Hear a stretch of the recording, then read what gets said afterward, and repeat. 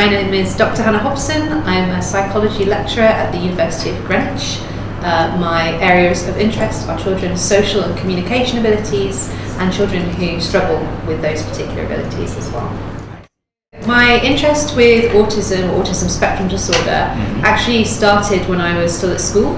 So as a college student, when I was about 17, 18, I was assigned to mentor a younger student who had Asperger's syndrome. And my tutor was being very compassionate. She was trying to pair up a student that she saw in need with a slightly older student. And she gave me an idea of what autism was, what she thought this particular student's problems were going to be. And actually, when I started mentoring the student, all of those expectations were not met. So I was told she would not want to make eye contact. That wasn't true. I was told that she probably wouldn't want any physical affection and that she might be not want to talk very much, and that wasn't true either. So without really realizing, I think that was my first exposure to autism, but also people's sort of quite stereotyped ideas about what autism is.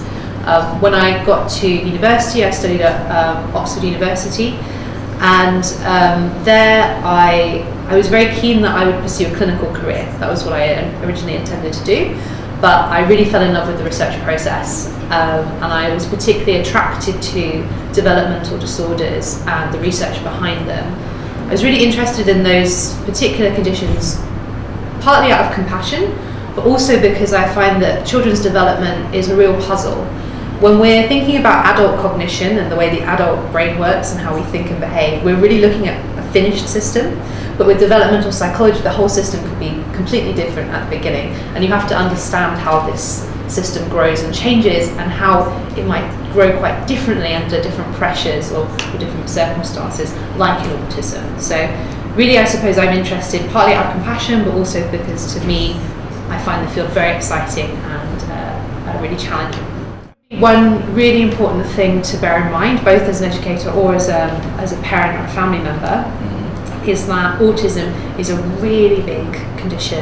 There's a lot of different difficulties that children with autism can have, and one child with autism can look so different to another child with autism. So we might have this idea of what autism is and have this quite specific picture about what those children's difficulties are going to be.